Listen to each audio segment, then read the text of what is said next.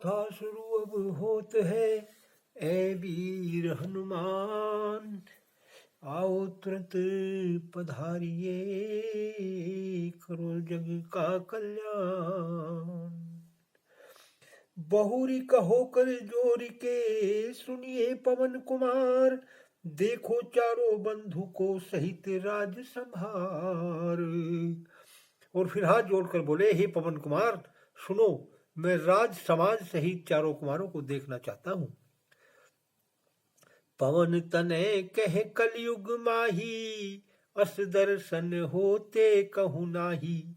तुलसीदास कह कृपा तिहारी, मोहिने अचरज परत निहारी। हनुमान जी कहने लगे, तुलसीदास, कलयुग में इस प्रकार के दर्शन दुर्लभ है। तुलसीदास जी ने कहा, मुझे आप पर पूरा विश्वास है, आपके होते हुए कोई भी असंभव नहीं है।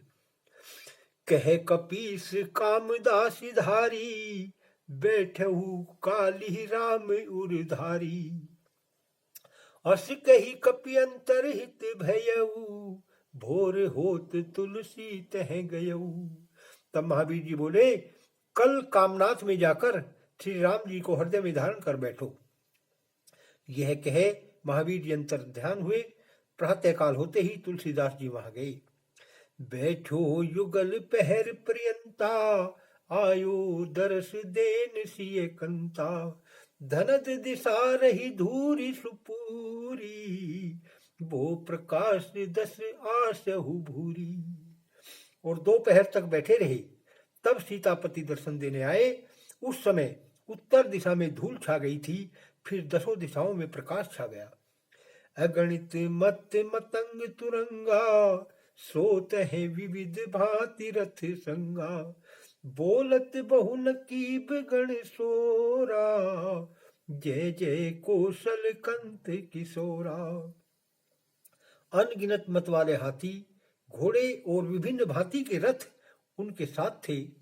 उस समय अनेक बंदी विरदावली पढ़ते थे। बड़ा शब्द हो रहा था कि कौशलपति की जय हो। रथ संभार प्रभु चार्यहु भाई, करते पवन सुत पद सेवकाई। तुलसीदास तब आरती साजा, लखो नयन भरी रघुकुल राजा। रथ में चारों भाई सवार थे। महावीर जी चरणों की सेवा करते थे। तब तुलसीदास जी ने नेत्र भर रघुकुल राज रामचंद्र जी को देखकर आरती सजाई।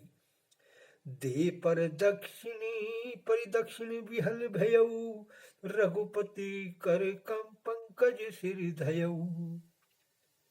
यही विधि प्रकट दरस तब पायो, औरन को नहीं भेद लखायो।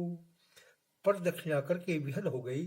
तब तुलसीदास जी के सिर पर भगवान ने हाथ धरा। इस प्रकार प्रकट दर्शन पाया, परंतु यह भेद किसी को विदित नहीं हुआ। यही विधि तुलसीदास प्रभु श्री हनुमान सहाय, राम दरस पायो प्रगट रहो सुयस जग छाए। इस प्रकार तुलसीदास जी ने महावीर जी की सहायता से प्रत्यक्ष श्री रामचंद्र जी का दर्शन पाया और जगत में सुयस से छा गया। राम उपासक अति अमल, नासक जग जन त्रास। हिय हुलसी के वास किए, काशी तुलसीदास। प्रकट्यो महामहत्व तहे, जुरे रोज जन भीर। पर्यो रहे चरणन नरपति, आवे बुद्धमति धीर। वहां इनका महामहत्व प्रकट हुआ। प्रतिदिन मनुष्यों की भीड़ जुटने लगी। राजा भी चरणों में पड़े रहे और पंडित भी आवे। कछु दिन किए काशी में है वासा, गए अवधपुर तुलसीदासा। तह अनेक कीनो सत्संगा, निस दिन रहे रंगे राम तिरंगा। कुछ दिन काशी में रहकर फिर तुलसीदास जी अयोध्या में आए। वहां अनेक सत्संग किए और रामचंद्र जी के रंग में रंगे रहे। सुखद राम नवमी जब आई, चैत्र मास यति आनंद पाई। संवत सोहरे से इकतीसा, सादर सुमिरि भानुकुल ईसा। जब सुंदर रामनवमी आई तब चैत्र मास अत्यंत आनंददायक पाकर संवत 1631 में भानुकुल के ईश जो श्री रामचंद्र जी, उनका स्मरण कर वासर भौम सुखित चित चायन, किए आरंभ तुलसी रामायण। बाल कांड तह पूर्ण करके, आए पुनि काशी सुख भरी के। मंगल के दिन तुलसीदास जी ने प्रसन्न हो रामायण का प्रारंभ किया। वहां बालकांड पूरा करके फिर प्रसन्नता पूर्वक काशी जी में आए।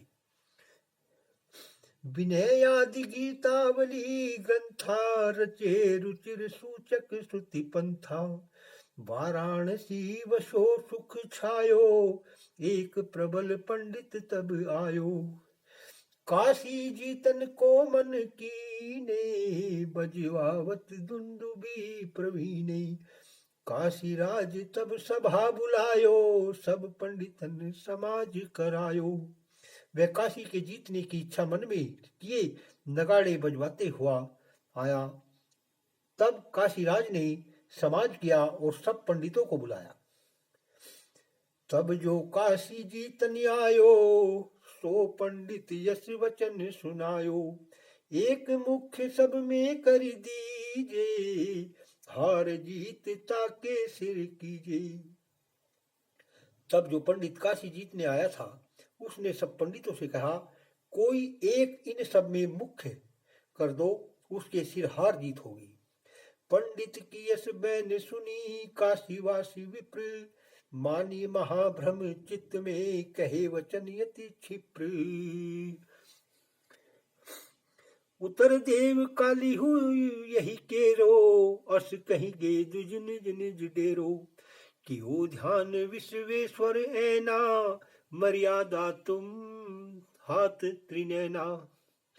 राति स्वप्न शंकर यश भासो, तुलसी शीस अजय जय रापो।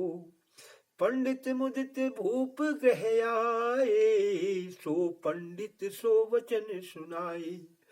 तब रात को स्वप्न में शिव जी ने कहा कि तुलसीदास जी के सिर हार जीत रखो। तब प्रसन्न हो पंडित राज्यसभा में आए और राजा से तथा उस पंडित से कहा, तुलसीदास सब माही प्रधानो, जय हु पराजय तेहि सिरियानो। भूप कहो किमि सके बुलाई, तुलसीदास गृह चलो सिधाई। यह कही ले पंडितन समाजा, आयो तुलसीदास गृह राजा।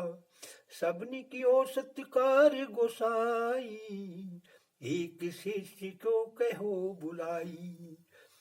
तब सब पंडितों का समाज ने राजा तुलसीदास जी के घर आए।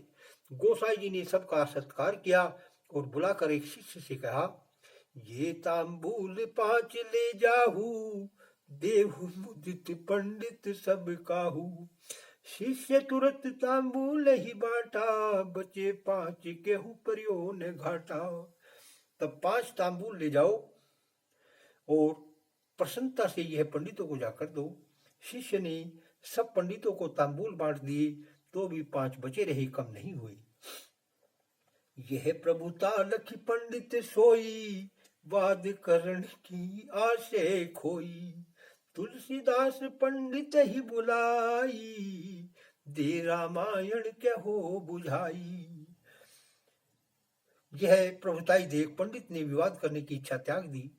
तब तुलसीदास जी ने उस पंडित को बुलाए, रामायण देकर यह बात कही, खंडन मंडन पक्ष जो सो देखो यही माही। जो न होय तो आए इतिवाद करो हम पाही। जो खंडन मंडन पक्ष है, जो सब इसमें देख लो, जो इसमें न मिले तब आकर हमसे शास्त्रार्थ करना। पंडित रामायण ले लीना, डेरा चली अवलोकन कीना। सम्मत शास्त्र पुराणन देके रो, रामायण में पंडित हेरो। जोन पक्ष पंडित मन भयऊ, समाधान तेही मह मिल गयऊ। जोन सलोक मंद ना माही, ताकि हानि भई कछु नाही। और उस पंडित को जिस पक्ष में विवाद करने की इच्छा थी, उसका समाधान भी उसमें मिल गया। यह वह जो श्लोक वेद वंदना में है कि इस रामायण में सबका सार है, उसकी कुछ हानि नहीं हुई, अर्थात सब कुछ इसमें मिलता है, यह सिद्ध हो गया। पंडित ग्रह परिक्रमा करऊ, तुलसीदास पद रज सिर धरऊ। निज अपराध ही क्षमा करायो, सभा मध्य कुसुर लोक सुनायो। आनंद कानन कानने कोपी तुलसी जंगम तरु, कविता मंजरी यस्य राम भ्रमर भूषिता। इस आनंद कानन में कोई तुलसीदास जी रूपी जंगम वृक्ष है, जिसकी काव्य रूपी मंजरी राम रूपी भ्रमर से भूषित है। तुलसी शिष्ट भयो पुनि सोई, अरो अर्प्यो सकल वस्तु बहुतोई। राम भक्ति को करी उपदेशा, गयो गर्व तज कौशल देशा। फिर वह पंडित तुलसीदास जी का शिष्य हुआ और सब वस्तु उसको समर्पण कर दी। तब गोस्वामी जी ने उनको राम भक्ति का उपदेश दिया। वह सब गर्व त्याग कर कौशल देश में चला गया। पुनि चेट की एक तह आयो, एक यक्षिणी सिद्ध कर लायो। तेहि बल सब थल नगर पुजायो, महामहत्व जनन सो पायो। एक वैष्णव को गयो सकामा, राखो सिद्ध ताहि निज धामा। सिद्ध नारी सो भई मिताई, साधु गयो लेता ही पराई। कोई सकाम वैष्णव वहां गया, सिद्ध ने उसे अपने स्थान में रख लिया। उस सिद्ध की स्त्री से उसकी मित्रता हो गई और वह वैष्णव उसकी स्त्री को लेकर चला गया। उठो चेटिकी भोर तब, लखो नारी नहीं धाम। बोली यक्षिणी को तुरत, कीनो कोप अछाम। प्रातःकाल चेटकी ने उठकर देखा कि घर में स्त्री नहीं है। तब यक्षिणी को बुलाकर महाकोप किया। इति बाकी अगले दिन।